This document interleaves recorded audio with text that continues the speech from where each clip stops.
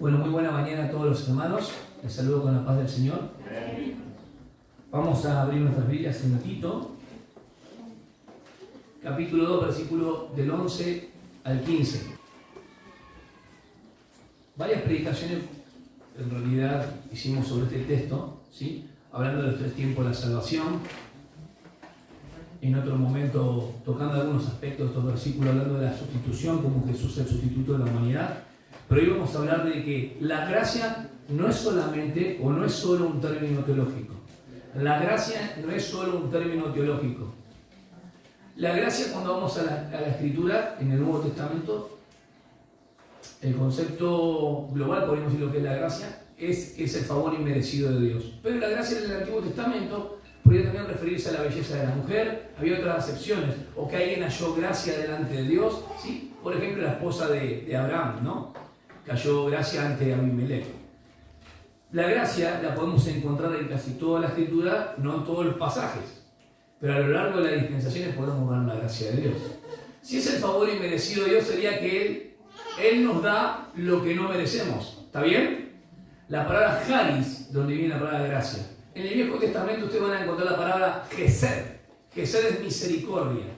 ¿Ok? Gesed es misericordia. Por ejemplo, Dios le dice esta expresión al pueblo de Israel: los elegí entre medio de todos los pueblos, no porque haya algo bueno entre ustedes, sino por pura gesed, por pura misericordia. ¿Ok? Nosotros lo trasladamos y decimos, bueno, esto tiene que ver mucho con lo que es la gracia. Pero en el Nuevo Testamento, siempre que hay gracia, la gracia es el amor de Dios en descenso. ¿Cómo? La gracia es el amor en descenso. Porque la gracia es la actitud por la cual Dios salva al pecador. A Dios nadie le puede imponer nada. Dios es soberano y en su propósito y su designio, Él se le plació salvar al pecador de esta manera. Entonces la gracia es la actitud por el medio por el cual Él salva al pecador. Pero no solamente un término teológico de la gracia. También tiene este término, tiene una nota muy importante que tiene que ver con la conducta de cristiano, la vida moral. O sea que el término también es moral, no solamente teológico, sino moral, que debería resultar en una vida abundante, en una vida de obediencia a nuestro Señor. ¿Entendemos ahí? No solamente un término teológico como el favor inmerecido de Dios, que ya lo sabemos, sino como un término también moral que afecta a nuestra conducta. Vamos a leer las Escrituras. Tito, ustedes saben que después que el apóstol Pablo hubo su éxodo, su partida a este mundo, Timoteo quedó en Éfeso, ¿sí? Donde también Juan estuvo al final, y Tito fue a Creta. O sea que no solamente eran colaboradores, sino pastores, los cuales tenían que estar entregados a la palabra. Si ustedes leen toda la carta, es interesante, así como lo dice su nombre, ¿no? Tito. Bien, es cortito, ¿sí? No, son 3 capítulos, pero exhorta a las jóvenes, a las ancianas, a los ancianos, a los pastores, a los esclavos y los amos en todo ese trato. O sea, tiene que ver con la conducta de la vida cristiana, un sentido ético. Por eso el término no solamente es teológico, sino también moral. Vamos al versículo 11 que dice de esta manera: porque la gracia de Dios se ha manifestado, trayendo salvación a todos los hombres, enseñándonos que negando la impiedad y los deseos mundanos, vivamos en este mundo sobria, justa y piadosamente, aguardando la esperanza bienaventurada y la manifestación de la gloria de nuestro gran Dios y Salvador, que dice Cristo Jesús, quien se dio a sí mismo por nosotros para redimirnos de toda iniquidad y purificar para sí un pueblo para posesión suya, celoso de buenas obras. Esto habla, exhorta y reprende con toda autoridad, que nadie te menosprecie. Bien, el primer punto que vemos, sacamos algunos puntos. Primero, la gracia se ha manifestado. Como ustedes ven en el versículo, dice, porque la gracia de Dios se ha manifestado. Acá hay algunos nombres de los de antes. Epifanía, o Epifania, algunos dicen, ¿no? Donde viene la palabra epifanía, que es hacer visible, es resplandecer hacia afuera. ¿Está bien la palabra? Resplandecer hacia afuera. Se ha manifestado. ¿Cuándo se manifestó esto? ¿Cuándo fue el evento, como nuestra hermana decía al principio? En la cruz. Siempre hubo gracia, se anunciaba, estaba profetizada, pero un día se manifestó. Eso, hacer visible, resplandecer hacia afuera. Entonces es importante. El primer punto para tener en cuenta es que la gracia se ha manifestado. Vamos un poquito más, que dice trayendo salvación para todos los hombres. Esto es por gracia. La salvación y de los que son salvos es solamente por los méritos y por la obra de Dios. No es por legalismo, no es por obra, ni por un tema de autojustificación. Es solamente por la gracia de Dios. Está implícito, miren. Porque la gracia de Dios se ha manifestado, trayendo o para salvación. Hay un propósito por lo cual la gracia se manifestó. No hay otra manera de salvarse, sino a través de la gracia de Dios. Y esto no se recibe porque somos buenos o malos. Es una dádiva de Dios. ¿Se entendió? Bien, primer punto. Epifaino en realidad es en el griego, es resplandecer hacia afuera. También te caracteriza esta palabra de belleza y energía. Si yo le pregunto, ¿la luz y el calor está sobre toda la tierra o no? Sí, está sobre toda la tierra. Ustedes pueden ver los videos de YouTube. Pero no está al mismo tiempo en todo lugar, ni con la misma intensidad. La gracia de Dios se ha manifestado a todos los hombres. Y los que creen es donde se hace efectiva esta luz. Bien. Segundo punto, la gracia nos enseña. Vamos a hacer una parte B el domingo que viene de esto, que es importante. La gracia nos enseña porque dice, enseñándonos que negando la impiedad y los deseos mundanos, hasta ahí, enseñándonos que negando la impiedad y los deseos mundanos. La impiedad es lo contrario a ser piadoso, tiene que ver con impurezas y demás. Pero enseñándonos es un término como aquel del padre en el griego, del padre que instruye al hijo. En el entrenamiento que el padre instruye al hijo hay la enseñanza, dentro de lo que es la instrucción, es la misma palabra en realidad. Sin embargo hay exhortación, hay ánimo, y escuchen bien, porque muchos confunden, hay corrección y disciplina, no es lo mismo. En ese entrenamiento, la gracia nos enseña. ¿Se dan cuenta que no es solamente un término teológico decir la gracia de Dios es el favor inmerecido? No, sino es un término también moral. La gracia nos capacita para vivir. Salvados por gracia y por la gracia también vivimos. ¿Amén? Bien, entonces segundo aspecto es que la gracia nos enseña. Como el Padre al Hijo lo instruye, ¿no? Es el proceso. La gracia debe invitarnos, o mejor dicho, nos instruye a ordenar nuestras vidas. La gracia es un maestro en nuestras vidas. Algunos hablan muy rápido de la gracia y la teología la tienen, pero no viven de acuerdo a la gracia. Y otros se enojan porque se habla de la gracia. Entonces piensan que da oportunidad para el libertinaje. Y esto trae disensión. No, pero se equivocan porque la revelación de la gracia de Dios para salvación viene con exhortación a vivir una vida piadosa. Voy de vuelta. Los que dicen, ustedes hablan de la gracia y no hacen otra cosa que hablar de la gracia, vamos a seguir hasta el final, porque hemos entendido que la gracia es suficiente. La gracia que nos salva, la gracia que nos enseña. ¿Ok? Nos ayuda a entender el amor incondicional de Dios porque tiene que ver con el favor inmerecido, y nos ayuda también a entender que tiene que influenciar o debería influenciar nuestra vida, nuestra conducta. Entonces, el primero, la gracia se ha manifestado. Segundo, la gracia nos enseña a vivir una vida piadosa. Tercero, podemos buscar un subpunto ahí. Corté el versículo, ¿no? Enseñándonos que negando a impiedad y los deseos mundanos, vivamos en este mundo sobria, justa y piadosamente. Vamos a agregarle mente al final. Vivamos sobriamente, justamente y piadosamente. Porque eso es lo que dice el griego, en la fuerza de la palabra. ¿Cómo? Sí, rechazando la impiedad o negando la impiedad. Y los deseos mundanos de este siglo malo. No es solamente esquivar los obstáculos, es renunciar a ellos. Si hay deseos que nos controlan, por más buenos que sean, pero nos controlan, estamos perdiendo la batalla. ¿Ok? Lo que está diciendo es impiedad y los deseos mundanos. Eso están visibles. Ustedes no hace falta mucho tacto ni discernimiento espiritual para ver lo que está pasando. Y está bajo el sistema del enemigo. Lo que él quiere provocar son distintas trampas, o mejor dicho, provocar que nosotros, ¿qué? Caigamos. Y el engaño es una de las mayores armas que utiliza, no es la mentira. La mentira es justamente ese engaño que es entre verdad y mentira. Justamente, seréis como dioses si comen esto. ¿O ha dicho Dios que no comáis de ningún árbol? Nunca le dijo eso, dijo que coman de todo menos de uno. Y así entra sutilmente a nuestras vidas. Y como en nuestra carne hay deseos por la vanagloria, los ojos de la carne, la vanagloria de la vida y demás, tiene empatía con lo que el enemigo maneja en el mundo. Fíjense qué interesante la palabra. Vivamos en este mundo. Y en sus Biblias van a encontrar así sobriamente. ¿Por qué? Porque sobriamente tiene que ver con respecto a nosotros moralmente. El autocontrol. Y nosotros no podemos tener autocontrol sino por la gracia del Señor, por medio de su Espíritu Santo, que tiene que ver con el dominio propio. Para mí y para ustedes. Sobriamente. Justamente es rectitud ante los demás como testimonio. ¿Está bien? Y piadosamente es respecto a Dios. Hay un triple aspecto ahí. Sobriamente con respecto a mí mismo. Justamente con respecto a los de afuera o los otros. Pueden ser incluso los hermanos. ¿Está bien? Y piadosamente con respecto a Dios. A Dios hay que tomarlo en serio. Eso quiere decir piadosamente. Con Dios no se juega. La palabra piedad es adorar bien. ¿Está bien?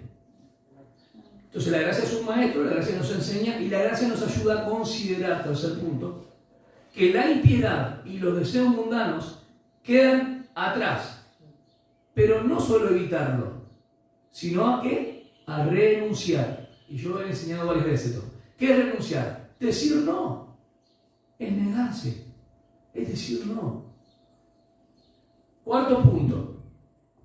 Cuando la gracia nos enseña a vivir piadosamente, habla en este siglo, entre comillas, porque hablamos de este siglo por decir 100 años, no, está hablando de un sistema, que es mucho más que 100 años, ¿sí? Son con las personas y con Dios que tenemos que vivir piadosamente. Pero ¿cómo vamos a vivir piadosamente con las personas y con Dios si nosotros estamos mal, nosotros mismos? Por eso el autocontrol, por eso el estar lleno del Espíritu Santo y ese fruto que debe emerger en nuestras vidas. Estoy más que triste, son palabras mías, podríamos decir, a veces enojado, con cualquier legalista que quiere tergiversar mis palabras sobre la gracia, pensando tal vez que puede ser indiferente a la obediencia. Eso es un gran error de interpretación. La gracia enseña obediencia. No solo dejamos deseos de la carne, sino que los negamos. Piadosamente, hermanos, es la prueba sutil del purgatorio, contra la idea del purgatorio. Porque los pecaditos que no pudieron ellos acá, los van a limpiar allá arriba. En la vida venidera. No existe tal cosa. En la cruz, lo dijo la hermana al principio, nos perdonó todos los pecados. Y la limpieza diaria tiene que ver con la conducta de vida, no con la justificación de la pena del pecado. ¿Amén? Hay un fueguito. ¿Qué esperanza, no? ¿Qué esperanza incierta? Eso no es esperanza. O sea, que la esperanza la va a tener recién arriba. ¿Están entendiendo? No la tiene jamás. Ninguna religión, porque divorcia la parte, cuando se hace el rito, se hace una práctica, se divorcia la religión de lo moral. Disocian. No. Nosotros creemos esto y entendemos que el Señor puede seguir transformando nuestra vida acá en la tierra para ser más semejante a Él. Porque cuando estemos con Él seremos a la imagen de Él. Gloria a Dios. Otro punto más, la gracia da esperanza y el hecho de prepararnos. Fíjense lo que dice el versículo 13. Aguardando la esperanza bienaventurada y la manifestación, de vuelta a la palabra, ¿no? Epifanio, de la gloria de nuestro gran Dios y Salvador, Cristo Jesús. Bien, la palabra gran, que acá se ve en muchos mercados, megas es gran. Dámelos es grande. La única vez que se utiliza en el Nuevo Testamento, la palabra gran. ¿Quién utilizaba estas palabras? Para los dioses griegos. Sí, en Hechos lo dice. Pero acá lo utiliza para el gran Dios y Salvador Jesucristo, poniendo por arriba de todo. Amén. Fíjense qué interesante. La esperanza. ¿Quién es la esperanza? No son los galardones y no es el cielo. ¿Quién es? ¿La persona de qué? De Jesucristo. La esperanza es estar cara a cara con mi Señor y mi gran Salvador Jesucristo. Aquel que se dio por mí, que lo voy a decir más adelante. Amén. Entonces la esperanza no avergüenza, porque el amor de Dios, según Romanos 5:8, fue derramado en nuestros corazones. ¿Cómo? por el Espíritu Santo que nos fue dado. Yo puedo decir, gracias Señor porque me perdonaste, gracias porque me limpiaste. Eso no sale de mi carne, eso es una obra que Dios hizo dentro mío o tuyo, que te hace saber que Dios te ama en Cristo. Y te ama en Cristo siempre, a pesar que peques. Díganme si no es amor. El amor nuestro es muy fácil. Cuando vos me haces una, sonaste. El amor de Dios no cambia. En ese momento de reconciliarse con Dios, hay que confesar los pecados y caminar livianito. Echar a andar de una vez. Dejar toda altivez, todo argumento que se levanta contra el conocimiento de la palabra. No habla del demonio ni del mundo ahí. Habla de los tu argumento y razonamiento humano que se levantan contra el poder de la cruz. Claro, un crucificado, un carpintero crucificado. Esta fue la forma en la que Dios quiso salvarnos. Vamos a la palabra esperanza bienaventurada. Algo que vendrá. No voy a hablar del arrebatamiento ahora, no me da el tiempo. Pero sí voy a hablar de aguardando. Aguardando. Es vivir esperando activamente. Aguardando significa eso. Vivir esperando activamente, obviamente, el regreso de Jesús. Primero Jesús como vino. Como siervo sufriente. Vendrá como Rey de Reyes. La primera vez vino a un árbol. La segunda vendrá con una corona. En la primera venida fue juzgado por Pilato, según Juan 19. En la segunda él juzgará a Pilato y a todos los que no creyeron. En la primera vino con el aspecto de un siervo, con toda la condición, y murió como un esclavo en la cruz. En la segunda viene como Rey de Reyes y Señor de Señores, triunfante. Esta es la manifestación gloriosa de Dios. La segunda venida literal en la tierra, y para nosotros sus hijos de la iglesia seremos arrebatados mucho antes. Tiene una fase anterior. Cuando nosotros vemos todo el contexto de esto, y es aplicado a nuestro gran Dios y Salvador Jesucristo, yo veo una disciplina de la gracia en todo esto. ¿Cómo? Sí, una disciplina. Miren, la gracia nos enseña a renunciar en todo el contexto. Nuestra vida práctica, a mantener una vida acorde a su voluntad, conforme a mí mismo, a las personas y a Dios. ¿Está bien? Y tercero, expectativa. La gracia, dentro de la disciplina, hablamos de someter nuestra vida al Señor, ¿no? De eso hablamos, ¿no? Ese proceso que tenemos es renuncia, nuestra vida en integridad y la expectativa de que le veremos. Hay una descripción de Cristo Jesús. ¿Lo leemos juntos? Versículo 14. Quien se dio, esto es maravilloso. Las religiones no pueden dar esto. Lo he estudiado hasta el cansancio. Y trato de buscar todas sus fallas y las tienen por todos lados, se hace agua. La única solidez que hay es en el cristianismo. Quien se dio a sí mismo por nosotros para redimirnos de toda iniquidad y purificar para sí un pueblo para posesión suya, celoso de buenas obras. Si te das cuenta, en ningún momento te hace fuerza a vos como el sujeto ni a mí. Está todo en él, fíjate de vuelta. Quien se dio a sí mismo, habla del sacrificio de Cristo Jesús, para redimirnos del pago del rescate, o sea, el pago de un precio por el rescate, liberarnos de qué. Ya nos libró de la condenación, la pena del pecado, nos libró también de la culpa, porque delante de Dios estamos como si nunca pecamos. No nos hace justos, es una declaración legal por medio de la obra de Cristo Jesús. El juicio fue sobre él. Y nosotros jamás, delante del trono del Señor, cuando nos llama a su presencia, seremos juzgados, nunca, jamás, por ninguno de nuestros pecados. Eso es. Pero ahora en este presente siglo, la sangre de Cristo que se efectuó en la cruz del Calvario nos limpia de todo pecado si nos acercamos con corazones arrepentidos. Porque Él es fiel y justo. Delante de Dios Padre está Cristo. Cuando alguien viene a acusarlo delante de Él, dice: Padre, yo pagué por Él. Está Jesús siempre ahí. Él es fiel y justo. No solamente es fiel, es justo. Y puede perdonarnos todos nuestros pecados. ¿Sí? Y he hablado extensamente sobre esto. Ahora cuando dice, versículo 14, quien se dio a sí mismo sería el corazón de la gracia. ¿Cuál es el corazón de la gracia? Primero, La gracia se ha manifestado, la gracia nos enseña, la gracia hay que considerarla porque nos ayuda en este sentido, ¿sí? La gracia también nos enseña a andar piadosamente, la gracia genera expectativa, hablamos de la esperanza, y el corazón de la gracia es Cristo Jesús.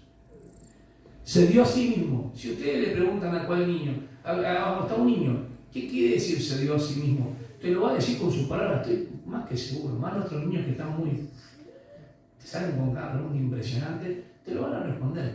¿Qué quiere decir se dio a sí mismo? Te va a decir se dio voluntariamente, se ofreció, te van a decir. Nosotros también lo entendemos el término. Se dio voluntariamente. Él se dio por vos y por mí. Para redimirnos. ¿Qué es redimirnos? Ser libertados, ser rescatados de la esclavitud. ¿Sí? Ustedes saben que las palabras en griego había un ágora, que es el mercado, ¿no? Y el ágora, el que venía al amo, compraba un esclavo. ¿Sí? Primero tiene que pagar el precio por ese rescate, después ser liberado y suelto. La palabra agorazo es comprar con miras a la libertad. Pero todavía no salió. Es de él lo compra. Pero cuando son sueltas las cadenas y demás, es ex agorazo. Es sacar afuera y ser libre completamente para nunca más volver a ese amo. Cristo compró con su sangre. Cristo es el amo de todos. Pero solamente se hace efectiva en aquello que se produce esa palabra ex agorazo. Es interesante que esa ex agorazo solamente se utiliza para los elegidos, los escogidos de Dios. Eso como un detalle. ¿Amén? Cuando dice que a través del pago de un rescate fuimos comprados, ¿para qué, hermanos, ahora? Si cambiamos de amo. O sea que la gracia no es un término solamente teológico. Dios vino en favor para salvarnos y nos quedamos ahí. No, la gracia tiene un término moral, para vivir para Él, para servirla a Él. ¿Qué propósito tengo dentro de la iglesia? En los ministerios que hay. ¿Cuál es mi lugar dentro de la congregación? Van a pasar años sin saber o pedir discernimiento al Señor o buscar una profecía o una visión, no sé. Estamos para servirle a aquel que nos amó primero. Estamos para amarle, por lo menos entregar nuestras fuerzas sin reserva. Porque de Él va a venir la alabanza, dice Corintios. ¿Amén? Entonces, Él nos rescató para sí, para servirle y vivir para Él. ¿Está bien? Fuimos comprados, no solamente rescatados, fuimos comprados para su servicio. ¿De qué fuimos comprados? De toda iniquidad. O sea que la muerte de Cristo no solo lleva implícito la justificación y el perdón de los pecados, sino que también la santificación. Porque en cuanto murió al pecado murió, fue cortado. Y nosotros estamos, ¿qué? Romanos 6:11, considerados muertos al pecado. ¿Y vivos para quién? ¿Viste ahí qué interesante? Tremendo. La santificación. Ahora dice, y purificar para sí un pueblo para posesión suya, celoso de buenas obras. Periousios es la palabra que se usa de una conquista y el botín que queda, el rey lo toma para sí mismo. Hay una gran batalla, del botín que queda, el rey lo toma para sí mismo. Hizo un pueblo para sí mismo. Qué fuerte esa palabra, por favor. El rey conquistador. ¿Amén? Amén. Un pueblo propio. La palabra en griego es esa, significa reservado para. Eso todos lo entienden. Es el botín de la conquista para sí. Ahora, ¿para qué somos redimidos? Para vivir con celo. Miren, celoso de buenas obras. ¿Y en qué obras vamos a andar? ¿Para practicar buenas obras? No, eso es religión. Es para las obras que andemos, en las obras que ella preparó de antemano. Señor, ¿qué tienes en esta mañana? Hay que pedirle todo al Señor, a ver si voy al súper, no, entregate, encomendate la mano del Señor.